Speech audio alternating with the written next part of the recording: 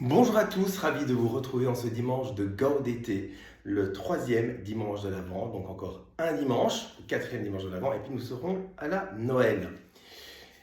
Et lors de ce jour de Noël, nous entendrons la phrase suivante ou la proclamation suivante: Aujourd'hui nous est né un sauveur. Et c'est bien de cela que je veux parler aujourd'hui avec vous.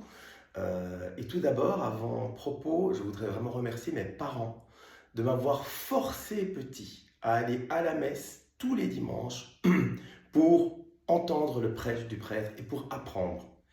Et si vous êtes vous-même parent, obligez vos enfants à aller à la messe. Allez avec vos enfants à la messe et oui, et éduquez-les dans vraiment notre magnifique religion catholique romaine.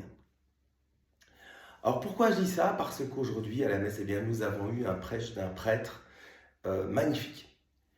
Et c'était mal barré parce que quand on arrive dans notre église, tradie bien sûr, on constate tout de suite, mon épouse et moi, que c'est un prêtre dont l'élocution n'est pas top. Il est assez vieux, il parle un peu comme un vieillard, c'est haché, même son latin n'est pas très bon. Et donc on avait un petit peu peur.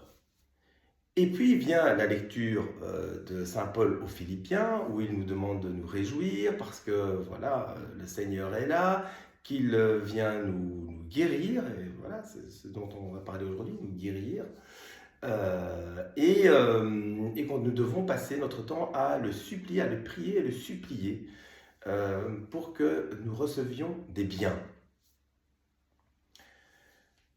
Et puis donc l'évangile, Saint Jean le Baptiste, hein, qui est, bon, c'est l'évangile de Saint Jean. Les envoyés des pharisiens viennent voir Saint Jean le Baptiste et lui demandent mais qui es-tu? Es-tu Élie? Es-tu le prophète? Es-tu le Christ? Non, je ne suis aucun de cela, je suis une voix qui crie dans le désert, etc. Donc très bel évangile. Et puis le prêtre monte péniblement là, dans la chair de vérité, et il commence son prêche. Et il dit les choses suivantes, je vais essayer de vous le résumer, mais c'est très très important. Bon. Il dit, nous allons entendre à la Noël, aujourd'hui nous est né un sauveur. Mais un sauveur de quoi? Moi dans ma tête je me dis, sauveur du péché, Jésus vient nous sauver du péché. Donc pendant que je suis en train de me dire ça, il dit, Jésus vient nous sauver effectivement du péché originel. Mais quelles sont les conséquences réelles et concrètes du péché originel? Eh bien, elles ont des conséquences sur notre âme. Et nous avons 4 blessures spécifiques dans notre âme qui nous empêchent d'être un avec Dieu, avec le Christ, et donc avec son Père et l'Esprit Saint. Voici quelles sont les 4 blessures que nous avons. D'abord, nous avons une blessure d'ignorance de notre intelligence, donc notre intelligence est blessée. On va aller plus en détail dans chaque point. Donc blessure d'ignorance, l'indigence de notre intelligence. Deuxième blessure, c'est la malice à la place de la bonté que nous devons avoir. Troisième blessure, c'est la faiblesse à la place de la force que nous devons avoir pour faire le bien, et la force de notre volonté. Et quatrième blessure, c'est la domination de la concupiscence, des biens, concupiscence matérielle, à la place évidemment d'avoir une domination de l'amour de Dieu et de la recherche de l'amour de Dieu. Voilà quelles sont les 4 blessures que nous avons en tant qu'être humain et ce qui nous réfrène en fait d'avancer et de nous élever vers le Christ. Alors d'abord, ce qu'il faut savoir, c'est que lorsque Adam et Ève sont créés par le Seigneur, sont créés par Dieu, ils sont parfaits, ils ont une intelligence parfaite, ils ont une propension à faire le bien, ils ont une force parce qu'ils parlent tout le temps avec Dieu, donc ils ont la force divine, et ils ont évidemment cette domination d'être toujours avec Dieu.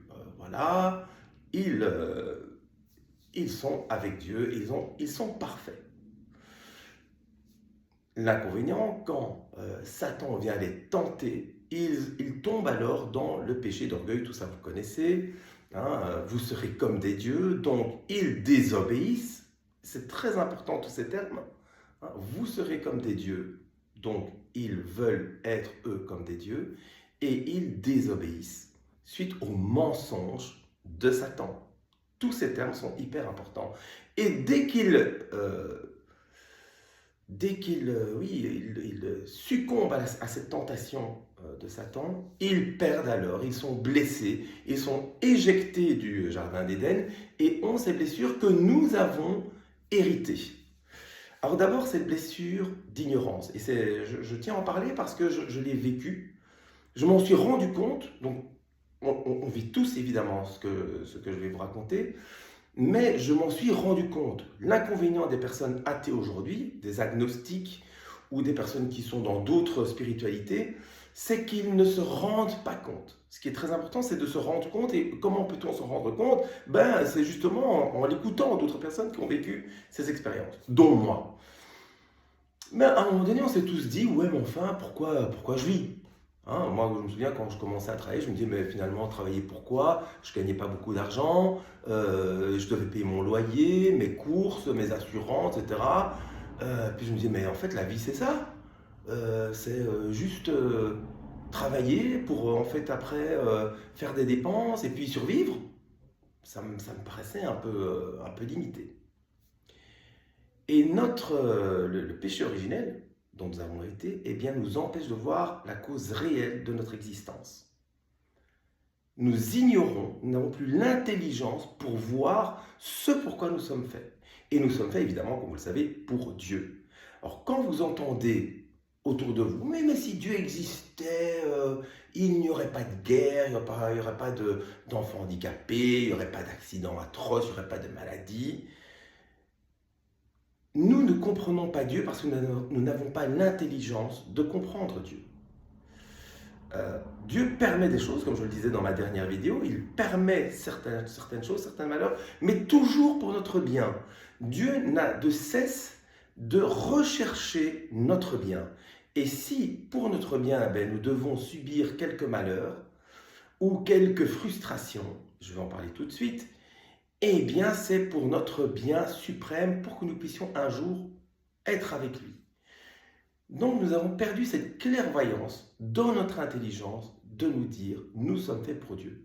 Et ça change tout, parce que dès que nous devenons conscients dans notre intelligence que nous sommes faits pour lui, même si nous restons limités, alors on peut se mettre en quête de le retrouver. Parce que, comme dit l'Écriture, pourquoi sommes-nous sur terre? Souvent, vous allez entendre, oui, mais on n'est pas sur terre pour souffrir, hein, on est sur terre pour profiter au maximum. Non, nous ne sommes pas sur terre pour profiter. Nous sommes sur terre, comme le dit l'Écriture, pour chercher Dieu et, si possible, le trouver. Et dès que nous recherchons cela, dans l'objectif de trouver, eh bien, effectivement, petit à petit, et c'est en phase avec la lecture de Saint Paul aux Philippiens, eh bien, petit à petit, nous allons prier et supplier le Seigneur de recevoir des biens qui ne sont pas des biens matériels, mais des biens spirituels, pour que nous puissions nous élever vers lui. Voilà. Donc ça, c'est le premier point de l'intelligence. Deuxième point, c'est la malice. Et vous connaissez tous cette parole de Saint Paul. Je fais le mal que je ne voudrais pas faire à la place de faire le bien que je ne fais pas. Voilà. Et ça, c'est le destin de l'homme. C'est ce que nous faisons. Encore une fois, un exemple très simple. Eh bien, je revenais justement de la messe avec mon épouse et hop, barrage de police. Dans notre quartier, qui est un quartier calme, on n'est pas dans une espèce de ghetto où il y a des terroristes, comme il peut y en avoir. Eh bien non, les policiers viennent choisissent de faire un barrage anti-alcool à 11h30 du matin chez nous. Bon, et hop, mon épouse, ouais, mais alors, des mots de cambronne, etc. Je dis, mais non, mais il faut rester calme. C'est une petite, voilà, un petit setup pour nous. On avait très faim, on n'a pas déjeuné avant d'aller à la messe. Et donc, on avait faim, on voulait absolument aller chercher nos viennoiseries du matin. Et c'était un petit setback, un petit délai qui était frustrant, très frustrant pour mon épouse. Et donc, un des efforts que j'essaye de faire, eh bien, c'est justement de dire tout est grâce. C'est la volonté de Dieu, Dieu le permet, et bien voilà, et puis c'est pas grave, ça passera. Voilà. Et donc nous avons une propension à faire le mal à la place de faire le bien. Ça peut être par rapport à des frustrations, ça peut être par rapport à d'autres choses. Ben, je ne sais pas, pour un étudiant tricher pour réussir son examen, la paresse, enfin tous les péchés que vous pouvez imaginer que nous commettons tous les jours, médisance, jugement, je ne sais pas, adultère, vol, meurtre, bon. Tout ça, nous avons le potentiel malheureusement de le commettre. Donc nous avons cette malice qui s'est installée parce qu'encore une fois, eh bien, ce péché originel est intimement lié à l'orgueil, où nous estimons être des petits dieux, euh, en omettant évidemment le Dieu et en recherchant le bien que notre Seigneur voudrait que nous fassions. Donc la malice. Ensuite, c'est la faiblesse intimement liée aux deux premiers, mais surtout au deuxième. La faiblesse de faire le bien à la place d'avoir la force de faire le bien. Et ici, la force, par exemple, de subir effectivement des épreuves, la force de faire des actes de charité, aller visiter une personne malade. Vous savez très bien que bien pour faire plaisir à vos enfants ou à votre épouse ou à votre collègue, vous devez faire ceci, et vous n'avez pas la force de le faire. La force simplement d'avoir une éthique de vie. Et je n'ai même pas besoin de vous expliquer ce qui se passe aujourd'hui dans le monde. Vous voyez bien qu'aujourd'hui dans le monde, plus personne n'a une éthique. J'étais hier à un dîner avec mon épouse, qui s'est d'ailleurs terminé assez tard, et nous avons constaté ô combien les gens ne pensent pas du tout à Dieu et ne sont pas à la recherche d'une éthique. Alors, ils sont à la recherche de beaux voyages, comme je le disais, de biens matériels, etc. Mais il n'y a pas de recherche de l'éthique. Je parlais encore une fois à mon ami John, il se reconnaîtra s'il m'écoute, et il me disait, mais David, pour faire ce que tu fais, il faut être fort. Reconnaissant que lui-même était faible, mais pas que lui. Moi, souvent, je suis faible. Nous sommes tous faibles, parce que c'est une blessure de notre âme. Et donc, j'anticipe déjà un petit peu, mais il faut rechercher un remède pour que nous retrouvions cette force. Et ça existe. Mais n'anticipons pas. Et ensuite, le quatrième point, c'est la domination des concupiscences. Et effectivement, je reprends mon point, aujourd'hui sur Terre, et c'est ce que d'office va se dire à une personne athée. Une personne athée qui se dit « moi je dois profiter du moment présent », ça veut dire qu'il veut avoir pour lui, dans son existence terrestre limitée, le maximum de biens matériels pour se sentir bien, être confortable, parce qu'un jour il sait qu'il va mourir et que d'après lui, ça s'arrête là. Et donc, si nous avons ce type d'objectif, fatalement, notre éthique de vie va s'en trouver altérée, vu que nous allons utiliser peut-être des moyens qui ne seront pas bons pour obtenir ces biens matériels qui ont évidemment une durée limitée, à la place de rechercher le bien suprême, qui est le Christ. Alors, ces 4 blessures, heureusement, il y a un remède pour en guérir. Et ce remède, c'est Jésus-Christ. Et je reviens à mon tout premier point. Jésus-Christ est notre sauveur. Aujourd'hui, nous est né un sauveur. Sauveur de quoi? Sauveur de notre âme. Il vient nous sauver du péché, mais il vient surtout sauver notre âme. Par ces blessures, nous sommes guéris, dit-on. Et par son sang, c'est pour ça qu'on dit tremper son âme dans le sang de l'agneau.